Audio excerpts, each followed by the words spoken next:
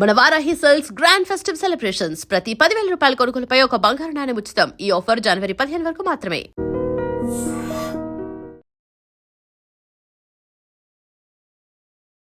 Welcome to iDream media. So జనరల్గా BP, high blood pressure అంటే ఎంత వాల్యూస్ ఉంటే మనం దాన్ని హై బ్లడ్ ప్రెషర్ అంటాము.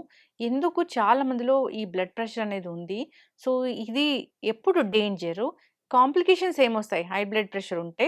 సో మందులతో మనం దీన్ని పూర్తిగా తగ్గించుకోవచ్చా? పూర్తి వివరాలు తెలుసుకుందాం. మనతో పాటు ప్రముఖ న్యూరో సర్జన్ డాక్టర్ శ్రీనివాస్ ముక్కామలా ఉన్నారు from Medicore hospital Chandanagar. Doctor గారు నమస్తే అండి. నమస్కారం. హై బ్లడ్ ప్రెషర్ చాలా మందికి ఉంది. ఎందుకు డాక్టర్ గారు? మన జీన్స్లో ఉండొచ్చు, ఫ్యామిలీ హిస్టరీ ఉండొచ్చు. అదిగాక అన్నిటికన్నా మెయిన్ ఈ మధ్య మన జీవితంలో స్ట్రెస్, వేగంగా పరిగెత్తున్నాము, వేగంగా పనిచేస్తున్నాము. ఇదివరకు ప్రశాంతంగా పల్లెల్లో వాతావరణంలో కాకుండా ఎస్పెషల్లీ సిటీస్లో, ఇప్పుడు పల్లెల్లో ఒక 25% బీపీ ఉంటే అదే పట్టణాల్లోకి వచ్చేసరికి 46% దాకా యంగ్ అడల్ట్స్లో బీపీ ఉండే అవకాశం ఎక్కువ ఉంటుంది. స్టాటిస్టిక్స్ పరంగా చూస్తే మన భారతదేశంలో 3 కోట్ల నుంచి 3.5 కోట్లు బీపీతో బాధపడుతున్నారు. దీంట్లో ఒక శోచనీయమైన విషయం ఏంటంటే, దాంట్లో 50% మందికి అసలు మాకు బీపీ ఉందని తెలియదు. టెస్ట్ చేసుకుంటే కదా తెలుస్తుంది. ఎప్పుడు వెళ్ళరు. అది ఎక్కడ బీపీ చూపించుకుంటే మనకు నిజంగా వస్తుందో అన్న ఒక భయం. సరే, ఒక 50% మందికి తెలిసింది. ఆ తెలిసిన వాళ్ళలో ఒక 50% అసలు మందులు వేసుకోరు. అవును డాక్టర్. వాళ్ళకి అపోహ ఏంటంటే, ఒకసారి బీపీ మందులు మొదలు పెడితే ఇంకా డాక్టర్ చుట్టూ తిరగాల్సి వస్తుంది. అపోహ ఏముంది డాక్టర్, అది వాస్తవమేగా. అంటే అన్నిటికన్నా ముందు బీపీ గురించి తెలిస్తే కొన్ని ప్రత్యామ్నాయ దీంతో పద్ధతులతో దాన్ని తగ్గించుకోవచ్చు. ముందే తెలుసుకుంటే, ఎర్లీ స్టేజెస్లో తెలుసుకుంటే ఏంటి, మనం ఏం తప్పు చేస్తున్నాం? టైంకి తినట్లేదా, సరిగినంత సేపు నిద్రపోవటం లేదా, మరీ ఎక్కువ ఉప్పు వాడుతున్నామా? మనం ఏమనుకుంటాం, ఉప్పు అంటే మన కళ్ళ ముందు వేసుకున్న ఉప్పు అనుకుంటాం. కాదు, చిప్స్లో, లేస్లో, కుర్కురేలో, సోయా సాస్లో, టొమాటో సాస్లో, వీటిలన్నిటిలో కనిపించకుండా బోల్డంతా సాల్ట్ ఉంటుంది. సో అలా చేస్తున్నామా? ఊబకాయం పెరిగిపోయిందా? ఇష్టం వచ్చినట్టు బయట తిళ్ళే తింటున్నామా, అసలు ఇంట్లో తింటలేదా? సో మద్యపానం, ధూమ్రపానం ఈ మధ్య మళ్ళీ ఫ్యాషన్ అయిపోయినాయి. ఒక 2 శతాబ్దాలు తగ్గినా మళ్ళీ ఫ్యాషన్ అయిపోయినాయి. ఇవన్నీ ఆ సెకండరీ కారాలు మనం తగ్గించుకుంటే, ప్లస్ మన జీవన శైలిలో యోగా, మెడిటేషన్ లాంటివి యాడ్ చేస్తే డెఫినెట్గా ఎర్లీ స్టేజెస్లో బీపీ కంట్రోల్ చేయొచ్చు. డాక్టర్ గారు, అసలు హై బ్లడ్ ప్రెషర్ అంటే ఎంత ఉంటాయి అది మనం అంటాము వాల్యూస్? అమెరికన్ కార్డియాలజీ అసోసియేషన్ రెగ్యులర్గా గైడ్ లైన్స్ తీస్తూ ఉంటుంది. అలా చూస్తే చిన్నతనంలో పుట్టినప్పుడు 60/20 నుంచి చూసుకుంటే ఒక 60+ ఇయర్స్, 70 ఇయర్స్ వచ్చేసరికి 140/90 వరకు నార్మల్. ఇది వయసుతో పాటు న్యాచురల్గా ఒక క్రమంలో పెరిగే బీపీ, ఇది నార్మల్. ఇప్పుడు 40 years young male or female, 40 years male or female ఉన్నారు, వాళ్ళకి ఎంత బీపీ ఉంటుంది నార్మల్ అన్నట్లు? జనరల్లీ ఫీమేల్స్కి బీపీ కొంచెం తక్కువ ఉంటుంది. అమెరికన్ కార్డియాలజీ అసోసియేషన్ ప్రకారం నార్మల్ బీపీ 120/80 కన్నా తక్కువ ఉండాలి. ఇది 0 అనుకుందాం. ఆ తర్వాత స్టెప్ 1, స్టెప్ 2. స్టెప్ 1లో 121 నుంచి 130 వరకు, 129 వరకు యాక్చువల్లీ. అలాగే కిందది 81 నుంచి 89 వరకు. దీన్ని స్టెప్ 1 అంటారు. అంటే ఫస్ట్ స్టేజ్. ఓ, బీపీ వచ్చినట్లే. సెకండ్ స్టేజ్, దీని గురించి ఇంకొంచెం మాట్లాడుకుందాం, ఎందుకు ఇవి స్ట్రిక్ట్ కంట్రోల్ అని. సెకండ్ స్టేజ్లో 130 దాటి 140 వరకు, అలాగే కిందది 90 దాటితే, 140/90 దాటితే సెకండ్ స్టెప్ అనుకుందాం. కొంతమందికి డైరెక్ట్‌గా సెకండ్ స్టెప్‌లోనే బీపీ తెలుస్తది. హ్మ్. ఎందుకంటే ఎప్పుడు మెజర్ చేసుకోలేదు. ఆ! మెజర్ చేసుకోవటం చాలా అవసరం. హ్మ్. ఈ మధ్య 10, 12 సంవత్సరాల పిల్లలకి కూడా బీపీ వస్తోంది. హ్మ్. చాలామంది ఏమనుకుంటారంటే బీపీ వస్తే తలనొప్పి వస్తుంది కదా! లేకపోతే తల తిరుగుతుంది కదా! నాకు తెలిసిపోతుంది ఏదో అనుకుంటారు. సింప్టమ్స్ ఉంటాయి గదా! అన్‌ఫార్చునేట్‌లీ 90% కన్నా ఎక్కువలో అసలు సింప్టమ్సే ఉండవు. హ్మ్. ఒక్క బీపీ సింప్టము. ఒక్క సింప్టమ్ గూడా ఉండదు. హ్మ్. బీపీని సైలెంట్ కిల్లర్ అంటారు. అన్‌ఫార్చునేట్‌లీ లాస్ట్ స్ నెలలో ఇద్దరు డైరెక్ట్‌గా 30-45 సంవత్సరాల మధ్యలో ఉన్నవాళ్ళు డైరెక్ట్‌గా 220 బీపీతో వచ్చి మా హాస్పిటల్‌లో చనిపోవడం జరిగింది. అమ్మో! Silent killer. 220 వరకు వెళ్ళేదాకా తెలీదా? వాళ్ళకి తెలియలేదు. హ్మ్. బ్రహ్మాండంగా పని చేసుకుంటున్నారు. అలా అని వాళ్ళకి ఏ దురలవాట్లు లేవు. హ్మ్. వాళ్ళ ఫ్యామిలీకి ఒక్కళ్ళే బ్రెడ్ విన్నరు. దురదృష్టకరం. అందుకనే నాకివాళ దీని గురించి మాట్లాడాలనిపించింది. హ్మ్. ఒక జీవితం మనం ఇవ్వలేము. హ్మ్. And high blood pressure is completely preventable. హ్మ్. దాని నుంచి హార్ట్ అటాక్ కావచ్చు, పక్షవాతం కావచ్చు, ఇంకేదైనా రోగం కావచ్చు. వీటిలన్నిటి నుంచి మనం బయటపడొచ్చు. హ్మ్. జస్ట్ ఒక simple hmm. BP check, BP control. BP check ఎప్పుడు జేసుకోవాలసలు ఇంట్లో అయితే? జనరల్లీ స్కూల్లో మెడికల్ క్యాంప్స్ అయినప్పుడు కూడా బీపీ చెక్ చేయటం అవసరం. హ్మ్. ఇది అందరికీ చెప్పాలి. హ్మ్.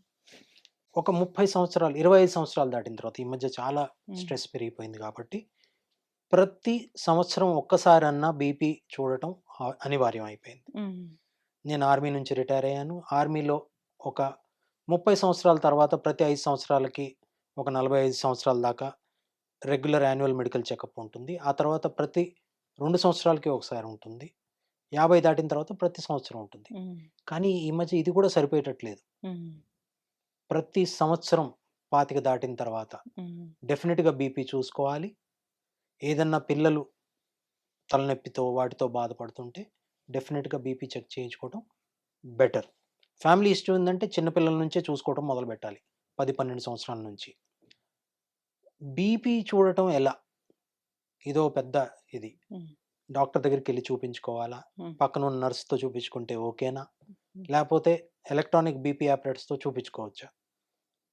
రెగ్యులర్‌గా బీపీ మానిటర్ చేయటానికి ఎలక్ట్రానిక్ బీపీ అపారటస్ సరిపోతుంది. కానీ ప్రాబ్లమ్ ఏంటంటే 1, 2 సంవత్సరాల్లో ఈ ఎలక్ట్రానిక్ బీపీ అపారటస్ దాని మీద ఉన్న ప్రెషర్ సెన్సార్ పాడైపోతుంది. హ్మ్. కొన్ని వందల సార్లు బీపీ చూసిన తర్వాత అది ఇంక పనిచేయటం మానేస్తుంది. అంటే 2 ఇయర్స్‌కి తీసి పడేయాలా? 2 ఇయర్స్‌కి మీరు అడపాదడపా నెలకొకసారి వాడుకున్నారంటే వాడుకోవచ్చు. హ్మ్. దీనికొక దారి ఉంది. మీ దగ్గరున్న బీపీ మెషిన్‌ని హ్మ్. మర్క్యూరీ థర్మామీటర్ అన్నా, హ్మ్. లేకపోతే డిజిటల్ ఈ మధ్య హ్మ్. మెర్క్యూరీ ఫ్రీ డిజిటల్ థర్మామీటర్స్ వస్తున్నాయి. హ్మ్. సో, లేపోతే ఎనరాయిడ్ బారోమీటర్ అంటారు. హ్మ్. వీటితో కాలిబ్రేట్ చేయాలి. ఎట్లా? డాక్టర్ దగ్గరికి తీసుకెళ్ళాలి. హ్మ్. దానికి ఒక మంచి డాక్టర్‌ని పట్టుకోవాలి. హ్మ్. లేపోతే అనుభవం ఉన్న హ్మ్. సిస్టర్ అన్నా పర్వాలేదు. తీసుకెళ్ళి దాంతో మన ఇంట్లో ఉన్న బీపీ మెషిన్‌ని హ్మ్. చెక్ చేయించాలి. అది కరెక్ట్‌గా చూపిస్తుందా? ఓ 5, 10 పాయింట్లు అటు ఇటు అవుతుందా? హ్మ్. అది చెక్ చేసుకోవాలి. హ్మ్. అప్పుడు మీరు కాన్ఫిడెన్స్‌తో ఇంట్లో బీపీ చూసుకోగలరు. మంచి బ్యాటరీస్ ఏస్తే అది అలా కాదు. అది హ్మ్. చూపిచ్చేది కరెక్ట్‌గా చూపిస్తుందా? ఫ్యాక్టరీ నుంచి తయారయ్యి వస్తుంది. హ్మ్. అప్పుడు కరెక్ట్‌గానే చూపిస్తుంది. హ్మ్. అది అలాగే చూపిస్తుందా? ఏదన్నా తప్పయిందా? అన్న అపోహ మన మనసులో ఉండకూడదు. హ్మ్. సో, అప్పుడు అలా చేయటం కరెక్టు. ఎస్పెషల్లీ కొత్తగా బీపీ చూసుకోవాలంటే డెఫినిట్‌గా డాక్టర్ అన్నా, నర్స్ దగ్గరన్నా చూసుకోవడం కరెక్టు. అదే గోల్డ్ స్టాండర్డ్. హ్మ్. ఇదివరకు మెర్క్యూరీ గోల్డ్ స్టాండర్డ్. ఇప్పుడు ఎన్విరాన్మెంటల్ పొల్యూషన్ వస్తుంది కాబట్టి డిజిటల్‌కి, అనరాయిడ్‌కి మారారు. హ్మ్. ఒక మంచి ఐఎస్ఐ మార్క్ ఉన్న బీపీ మెషిన్‌తో హ్మ్. డాక్టర్ అన్నా, నర్స్ అన్నా మీ బీపీ చూడటం కరెక్ట్ హ్మ్. First time. ఆ తర్వాత బీపీ రెగ్యులర్‌గా మానిటర్ చేసుకుంటానికి ఈ ఎలక్ట్రానిక్ బీపీ అపారటస్ తప్పనిసరి. హ్మ్. అవి దాని రోల్ ఎంతో ఉంది. హ్మ్. ఎందుకంటే ప్రతిసారి మనం హాస్పిటల్ ఎళ్ళం. ఇంట్లో చూసుకున్నప్పుడు ఒకసారి చూస్తే 130/85 వస్తది. వెంటనే మళ్ళీ చూస్తే 120/80 వస్తది. మళ్ళీ వెంటనే చూస్తే 117/80 వస్తది. దీంట్లో ఏది కరెక్ట్? ఇప్పుడు మంచి ప్రశ్న అడిగారు. అసలు కరెక్ట్‌గా బీపీ మెజర్ చేయాలంటే హ్మ్. ధమని ఆర్టరీలో సెన్సర్ వేసి డైరెక్ట్గా చూడాలి. ఇది సెకండ్కి మన బీపీని చెప్తుంది. ఇదే కరెక్ట్. కానీ అది ఎవరికి చేయము. ఈవెన్ మెర్క్యూరీ మానోమీటర్ వాడినా కూడా ఒక అప్రాక్సిమేషన్ అన్నమాట. సో డెఫినెట్గా మన బీపీ చేంజ్ అవుతూ ఉంటుంది. కొంతమందికి ఒకసారి బీపీ చూసిన తర్వాత అమ్మ బాగానే వచ్చిందని ఇంకొంచెం తగ్గుతుంది. కొంతమందికి అయ్యో 130 వచ్చిందా ఇంకా ఎక్కువ వస్తుందా అని పెరుగుతుంది. మన హావభావాలు, మన మెదడేంటి ఒక కోతి లాంటిది అనమాట. ఆ బీపీని పెంచవచ్చు. ఇలాగే వైట్ కోట్ హైపర్ టెన్షన్ ఉంది. కొంతమందికి హాస్పిటల్కి వెళ్ళి డాక్టర్ చూడగానే బీపీ పెరిగిపోతుంది. అవును. సో జనరల్లీ ఏం చెప్తామంటే ఇంట్లో ఎలక్ట్రానిక్ బీపీ ఆపరేటర్స్తో చూసినప్పుడు ఫస్ట్ ఆఫ్ ఆల్ మీరు కూర్చుని ఉండాలి అట్లీస్ట్ 5 minutes. మన ఆరోగ్యం కోసం ఆ మాత్రం అన్నా కూర్చోవాలి. ఆదరాబాదరాగా చేస్తే ఎక్కువే వస్తుంది. సో మెట్లు ఎక్కువ వచ్చారు డెఫినెట్గా ఎక్కువ వస్తుంది. 5 నిమిషాలన్నా కూర్చోవాలి. కూర్చున్న తర్వాత ఎగ్జాక్ట్లీ దాంట్లో చెప్పినట్టు గట్టిగా కట్టాలి. యూజువల్లీ ఏం చెప్తారు, ఈ ఎల్బో దగ్గర నుంచి 2 ఫింగర్స్ పైన, మన ఫింగర్ దూరం 2 ఫింగర్స్ పైన అది మధ్య వేలుకి డైరెక్ట్గా ట్యూబ్ ఉండాలి. దాని మీద పిక్చర్ ఉంటుంది, యారో మార్క్స్ ఉంటుంది. ప్లస్ మీరు కట్టిన తర్వాత ఒక ఫింగర్ కన్నా ఎక్కువ దూరకూడదు లోపల. మరీ లూజ్ కట్టారనుకోండి బీపీ తక్కువ ఉందని హ్యాపీగా ఉంటారు. కాదు, ఎంత గట్టిగా కట్టాలంటే ఒక ఫింగర్ కన్నా ఎక్కువ మనం దోచలేక, మరీ టైట్ గా కూడా కట్టకూడదు. మరీ టైట్ గా కడితే మళ్ళీ దాని మూలనే బీపీ పెరిగిపోతుంది. ఓ 10 సార్లు చూసినా బీపీ పెరిగిపోతుంది. గాలిలో చేయి పెట్టినా బీపీ పెరుగుతుంది. రెస్ట్ చేసుకుని ఒక టేబుల్ పక్కన కూర్చుని చైర్లో 5 నిమిషాలు చూసిన తర్వాత అప్పుడు 3 సార్లు చూసాం. ఆ 3 సార్లు చూసిన దాంట్లో 2 రీడింగ్స్ దగ్గరగా ఏది ఉన్నాయో అదే కరెక్ట్. ఓకే. సో ఇంట్లో చూసినప్పుడు 130 వచ్చింది, 3 times చూసినా కానీ 130/85 వచ్చింది అంటే వాళ్ళకి బీపీ ఉన్నట్లా? ఈ 85 అన్నది చాలా డేంజర్. దీన్ని డయాస్టాలిక్ హైపర్ టెన్షన్ అంటారు. ఇప్పుడు గుండె గట్టిగా కొట్టుకున్నప్పుడు ముందు అది కాంట్రాక్ట్ అయినప్పుడు శరీరం మొత్తానికి రక్తాన్ని పంపిస్తుంది. అది రిలాక్స్ అయినప్పుడు తన కోసం బ్లడ్ తీసుకుంటుంది. ఎంత నిస్వార్థంగా పనిచేస్తుందో చూడండి. ఈ 80 కన్నా ఎక్కువ బీపీ ఉన్నప్పుడు హార్ట్కి వచ్చే దాంట్లో రక్తంలో ప్రాబ్లం వస్తుంది. సో డయాస్టాలిక్ బీపీ అన్నది ఒక డిసీజు. ఒక మంచి కార్డియాలజిస్ట్ దగ్గరికి డయాస్టాలిక్ బీపీ గురించి చూపించుకోవడం కరెక్ట్. టాబ్లెట్స్ వాడాల్సింది. మళ్ళీ తిరిగి వచ్చి లైఫ్ స్టైల్ చేంజెస్ నుంచి మొదలయ్యి అసలు ఏంటి కారణం, ఎందుకయింది. డయాస్టాలిక్ బీపీ కొంచెం తిరకాసు విషయం. డెఫినెట్గా కార్డియాలజిస్ట్ని సంప్రదించడం మంచిది. కింద బీపీ లెవెల్ డయాస్టాలిక్ లెవెల్ అంటే అది ఖచ్చితంగా ఒట్టి డయాస్టాలిక్ లెవెల్ పెరిగితే అది డయాస్టాలిక్ హైపర్ టెన్షన్. పైన ఉన్నది సిస్టాలిక్ అంటారు. 130 నార్మలే ఉంది, కిందదే పెరుగుతోందంటే మళ్ళీ మనం అది ఎక్కువ క్షుణ్ణంగా పరిశీలించాలి. అది కార్డియాలజిస్ట్ని కలవడం కరెక్ట్. ప్రాబ్లం ఉన్నట్లే. ఎస్, చక్కగా చెప్పారు డాక్టర్ గారు. ఇప్పుడు ఈ బీపీ 140/90 ఉంది, ఇప్పటికీ ఉంది అంటే అప్పుడు మనం ఖచ్చితంగా డాక్టర్ని సంప్రదించాల్సిందే. కంటిన్యూస్గా అలాగే వస్తుంది. 140/90 ఉంటే ఇంకా దారే లేదు, వెళ్ళటమే కరెక్ట్. అఫ్ కోర్స్ ఏజ్తో ప్రకారం. దీంట్లో డేంజర్ ఏంటంటే మన బ్రెయిన్ ఒక 180 దాకా తట్టుకోగలదు. 180 సిస్టాలిక్ కన్నా ఎక్కువైంది అనుకోండి తలలో బ్లాస్ట్ అయ్యే అవకాశం ఉంది, లేకపోతే పక్షవాతం వచ్చే అవకాశం. చాలా మంది అనుకుంటారు బీపీ ఎక్కువైతే ఊరినే బ్లాస్ట్ అవుతుంది అనుకుంటారు. కాదు, ఈవెన్ రక్త గడ్డగట్టి పాడయ్యే రోగాలు కూడా వస్తాయి. ఇస్కిమిక్ స్ట్రోక్ కూడా వస్తుంది. 180 160 అసలు దాటకూడదు, 140 దాటకూడదు. 130/80 ఉంటే మంచిది. 130/80 ఉంటే మంచిది. ఓకే అనుకోవాలి. ఇంకా అంతకన్నా తక్కువ ఉన్నా మంచిది. కొంతమందికి చాలా తక్కువ ఉంటుంది. ఎన్నో సంవత్సరాల క్రితం బ్యోన్ బోగ్ చాలా ప్రసిద్ధ టెన్నిస్ క్రీడాకారుడు, తన్ని ఐస్ బోర్గ్ అనేవాళ్ళు. ఎందుకంటే తన రెస్టింగ్ బీపీనే 60/40. సో అది కూడా నార్మలే. కానీ ప్రపంచవ్యాప్తంగా ఉన్న ప్రామాణికాల ప్రకారం 120/80 మ్యాక్సిమం 130/80నే కరెక్ట్. మాక్సిమం 130, 80 అంతకన్నా ఎక్కువ ఉంటే పెరుగుతుంది పక్కా అన్న. డాక్టర్‌ని సంప్రదించడం కరెక్ట్. దీంట్లో కొన్ని మళ్ళీ హ్మ్. నేను చెప్తాను. బీపీ వచ్చింది. హ్మ్. సరే ఇంక డాక్టర్ దగ్గరికెళ్లరు హ్మ్. బెరుకుతో. హ్మ్. ఎక్కడ టాబ్లెట్స్ పెంచేస్తారు అని. హ్మ్. హ్మ్. స్వయంగా ట్రీట్మెంట్ తీసుకోవడం మొదలు. హ్మ్. ఉప్పు అసలు పూర్తిగా మానేస్తారు. చప్పకూడు తింటాం. వాళ్ళు చప్పకూడు తినడంతో మిగతా ఫ్యామిలీ మెంబర్స్‌ని కూడా ట్రబుల్ చేసి వాళ్ళు కూడా చప్పకూడు తినేటట్టు చేయటం. హ్మ్. ప్రాబ్లమ్ ఏంటంటే ఒక మినిమల్ లెవెల్ ఉప్పు తినకపోతే మనకి హైపోనైట్రీమియా అన్న రోగం వస్తుంది. హైపోనైట్రీమియా నార్మల్‌గా sodium level 135-145 millimole per litre.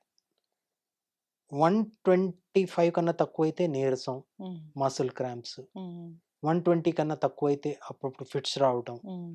115 కన్నా తక్కువైతే కోమాలోకి వెళ్ళిపోవటం. హ్మ్. పెద్దవారిలో అన్నిటికన్నా కామన్ కారణం హ్మ్. పడిపోవటం తప్ప హ్మ్. ఐసీయూలోకి రావడానికి కారణం హైపోనైట్రీమియా. హ్మ్. వాటర్ థెరపీ అని ఒకటి మొదలు పెడతారు. ఇష్టం వచ్చినట్టు వాటర్ తాగేస్తారు లీటర్లు లీటర్లు. హ్మ్. ఆ! ఆ తర్వాత ఉప్పు కూడా సున్నా. అసలుండదు. సో, హైపోనైట్రీమియా అన్నిటికన్నా కామన్ కారణం పెద్దవాళ్ళు హ్మ్. అడ్మిట్ అవ్వటానికి. సో, ఉప్పు మోతాదు ఎంత ఉండాలి? దీంట్లో ఇంకా అమెరికన్ కార్డియాలజీ అసోసియేషన్ మిగతా వాళ్ళు కొట్లాడుకుంటున్నారు. గైడ్‌లైన్స్ ఏంటంటే ఒక రోజుకి 1.5 గ్రామ్స్ నుంచి 2.5 గ్రామ్స్ మధ్యలో తీసుకోవాలని. హ్మ్.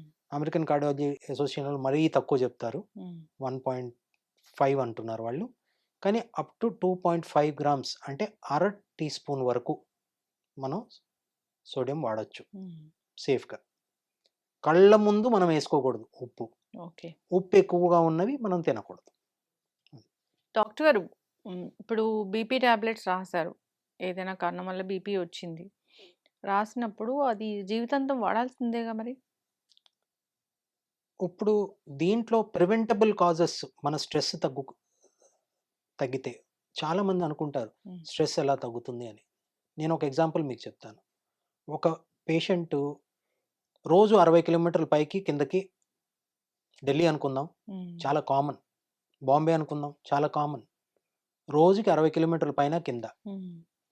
జస్ట్ ఆ 60 కిలోమీటర్ల పైన కిందకి వెళ్ళకుండా ఎక్కడ పని చేస్తున్నాడో అక్కడ మారితే హ్మ్. పెద్ద స్ట్రెస్ తగ్గిపోతుంది. హ్మ్. ఇప్పుడు మనం బంజారా హిల్స్‌లో పని చేస్తున్నాము. అక్కడెక్కడో మన ఇల్లు బీరంగూడలో ఉంది. హ్మ్. అక్కడి నుంచి అక్కడికి మన ట్రాఫిక్‌లో ఎళ్తే హ్మ్. ఒకటేమన్నా ట్రాఫిక్కు, హ్మ్. రెండోదేమన్నా పొల్యూషన్. హ్మ్. అవసరమా? ఇలాంటివి ఆ పేషెంట్‌తో మాట్లాడితేనే మనం ఏమి చేయగలమో అర్థమవుతుంది. ఒక 3, 4 నెలల క్రితం ఒక పేషెంట్ వచ్చాడు. వెరీ హైలీ ఎడ్యుకేటెడ్ హ్మ్. ఎంటర్‌ప్రెన్యూర్. 6 కంపెనీలు నడుపుతున్నాడు. హ్మ్. నిద్ర పట్టట్లేదు. హ్మ్. బీపీ 160. అమ్మో! నేనొక్కటే చెప్పాను. ఎంతో పెద్ద స్టీవ్ జాబ్స్ లాంటి వాళ్ళు, హ్మ్. జెఫ్ బెజోస్ లాంటి ఒక్క కంపెనీతో మొత్తం ప్రపంచాన్నే హ్మ్. ఏలుతున్నారు. మీరు 6 కంపెనీలు నడపడం అవసరమా? మీరు ఆలోచించుకుని ఈ నెలలో మీకు అన్నిటికన్నా ప్రాఫిటబుల్ కంపెనీస్ చూసుకొని 3 వదిలిపెట్టండి అని చెప్పాను. హ్మ్. ఇంకేం టాబ్లెట్ ఇవ్వకుండా బీపీ నార్మల్‌కొచ్చేసింది. ఓహ్! గ్రేట్. సో, ఇవన్నీ పేషెంట్‌తో మాట్లాడితేనే తెలుస్తది. హ్మ్. ఇప్పుడు బీపీ వల్ల హెడేక్ వస్తది కదా డాక్టర్ గారు. అది ఎక్కడొస్తది? ఆ! తలలో? ఇది ఇదొక అపోహ ఇది. మనం సైలెంట్ అనమాట హ్మ్. బీపీతో. హ్మ్. హెడేక్ వచ్చింది అంటే మనకి డేంజర్. బీపీ మూలాన తలలో స్ట్రోక్ వచ్చిందా? ఎటువైపు స్ట్రోక్ వచ్చిందో దాన్ని బట్టి అటువైపు నొప్పొస్తుంది. హ్మ్. బ్లాస్ట్ అయింది. చాలా డేంజర్. హ్మ్. 10-15% స్ట్రోక్‌లో తలలో ఉన్న రక్తనాళాలు బ్లాస్ట్ అవుతాయి. హ్మ్. దీంట్లో మనం ఇంకేం చేయలేం బీపీ కంట్రోల్ చేయడం. అది ఒక ఓపెన్ ట్యాప్ లాగా అక్కడ కారుతూనే ఉంటది. మనం వెళ్లి దాన్ని తీసినా కూడా అప్పుడప్పుడు ఆగకపోవచ్చు. హ్మ్. ఇలాంటి దాంట్లో రికవరీ చాలా డేంజరు. హ్మ్. తొందరగా అవ్వదు. ఐసీయూలో ఎక్కువ రోజులు ఉండాల్సొస్తుంది. అందుకని బీపీతో తలనొప్పి వస్తుందన్నది మాత్రం ఎప్పుడు అది అబద్ధం. హ్మ్. ఓకే. యెస్. మధ్యలో ఇప్పుడు టాబ్లెట్స్ వాడుతూ మధ్యలో తగ్గిపోయే బీపీలుంటాయా? జనరల్లీ మధ్య వయస్కుల్లో హ్మ్. ఆర్టరీకి ఎండ్‌లో ఆర్టీరియోల్స్ అంటారు. హ్మ్. దానికున్న మాంసం గట్టిగా బిగుసుకోవటం మూలాన హ్మ్. సిస్టమిక్ హైపర్‌టెన్షన్ వస్తుంది. కొందరిలో పెద్దతనం వచ్చిన తర్వాత ఈ ఆర్టీరియోల్స్ కూడా ఒక ప్లాస్టిక్ పైపుల్లాగా మారిపోయి బీపీ తగ్గే అవకాశం ఉండొచ్చు. కానీ ఇంకా రీసెర్చ్ అవసరం దాని గురించి. పెద్దవాళ్ళల్లో బీపీ కంట్రోల్ చేయాలా అన్నది ఒక పెద్ద కాంట్రవర్సీ. కొన్ని అసోసియేషన్స్ ఏమంటున్నాయంటే ఇంటర్నేషనల్గా డయాబెటీస్ ఉంది, ముందుగానే బీపీ ఉంది, హార్ట్ డిసీజ్ ఉంది, డ్యూయల్ యాంటీప్లేట్లెట్స్ మీద ఉన్నారు, అలాంటి వాళ్ళకి 120 కన్నా తగ్గిస్తే మంచిది అంటున్నారు. కానీ దీంట్లో ప్రాబ్లం ఏంటంటే పెద్దవాళ్ళల్లో వయసు ప్రకారం 140 దాకా ఉండవలసిన బీపీ మనం ఆర్టిఫిషియల్గా తగ్గిస్తే తలకి కావాల్సినంత బ్లడ్ వెళ్తుందా, దాని మూలన తల తిరిగి వాళ్ళు పడిపోతున్నారా అన్నది కూడా ఒక కాంట్రవర్సీ. ఇంకా దీని గురించి తేలలేదు. ప్రతి పేషెంట్ని ఇండివిజువలిస్టిక్ అప్రోచ్తో వెళ్ళి డాక్టర్లతో సంప్రదించి బీపీ కంట్రోల్ ఎక్స్ట్రా చేయటం మూలన, స్ట్రిక్ట్ కంట్రోల్ చేయటం మూలన ఏదైనా సైడ్ ఎఫెక్ట్స్ వస్తున్నాయా అని కూడా మనం చూడాల్సి వస్తుంది. దీంట్లో ఏమన్నారంటే ఒక జే కర్వ్ లాగా ఉంటుంది. మరీ ఎక్కువ బీపీ ఉన్న డేంజరే, మరీ తక్కువ బీపీ ఉన్న డేంజరే. సో ఈ ఆప్టిమమ్ అన్నది ప్రతి పేషెంట్కి వేరే ఉంటుంది. ఇప్పుడు ఒక 25 ఇయర్స్ యంగ్ మేల్ ఉన్నారు అన్నప్పుడు వాళ్ళు ఖచ్చితంగా మేల్ ఆర్ ఫీమేల్ ఎవరైనా సరే ఇప్పుడు ఈ టైంలో 20 నుంచే వస్తుంది కాబట్టి 20 ఇయర్స్ ఆఫ్ ఏజ్ నుంచి వస్తుంది కాబట్టి వెళ్ళి ఒకసారి మాన్యువల్గా చెకప్ చేయించుకోవాల్సింది బీపీని. మీరు ఏ ఏజ్ గ్రూప్లో ఉండి ఇప్పుడు వరకు ఒక్కసారి కూడా బీపీ చూపించుకోలేదంటే ఇవాళే వెళ్ళి ఫస్ట్ టైం బీపీ చూపించుకోండి. This is a preventive and very easy and best step to take care of your life and health. ఇంట్లో చెక్ చేసుకోవచ్చు ఫస్ట్ టైం కూడా. మన పెద్దవాళ్ళ దగ్గర బీపీ మెషిన్ ఉందంటే మనం కూడా చెక్ చేసుకోవచ్చు. డౌట్ వస్తే అప్పుడు డాక్టర్ దగ్గరికి వెళ్ళేది. ఇప్పుడు ఫస్ట్ టైం చెక్ చేసుకుంటున్నారు బీపీ మెషిన్లో, ఎంత వస్తే అది నార్మల్ అన్నట్లు? 120/80 అంతే. అంతకన్నా తక్కువ వస్తే హ్యాపీ. 130 ఉంటే అప్పుడు బీపీలా కన్సిడర్ చేసి వెళ్ళాల్సింది. చక్కటి ఇన్ఫర్మేషన్ డాక్టర్ గారు బీపీ గురించి. మనం ఇంకా చాలా ఇన్ఫర్మేషన్ అనేది దీని గురించి షేర్ చేద్దాము, నెక్స్ట్ ఎపిసోడ్ చేద్దాము, ఒక మంచి పాడ్కాస్ట్ చేద్దాము బీపీ గురించి, వాటి టాబ్లెట్స్ గురించి, సైడ్ ఎఫెక్ట్స్, సో ఆపేయొచ్చా, కంటిన్యూ చేయాలా, ఇలాంటి వాటి గురించి అన్నీ చేద్దాం డాక్టర్ గారు. చాలా చక్కటి ఇన్ఫర్మేషన్ ఉంది. ధన్యవాదాలు. And for more videos, Please subscribe to iDream. Please subscribe to iDream. Please subscribe iDream. And please subscribe to iDream. For more videos, subscribe to iDream. please like, share and subscribe to the channel. Congratulations, iDream. Subscribe to iDream. Subscribe to iDream. So subscribe to iDream Media. iDream team అందరికి huge congratulations. Please subscribe iDream Media. Please subscribe to iDream. Subscribe iDream. Please subscribe to iDream. iDream అంటే నా కళల channel subscribe చేసుకున్న నోరు తిరుగుతలేదు, మీరైతే గంట గుర్తు కొట్టండి. For more such videos, please subscribe to iDream. Subscribe to iDream. Please subscribe to iDream. Please subscribe iDream Media. Please do subscribe to iDream. Please subscribe to iDream Media. For best entertainment and information, please subscribe iDream. And don't forget to subscribe to iDream.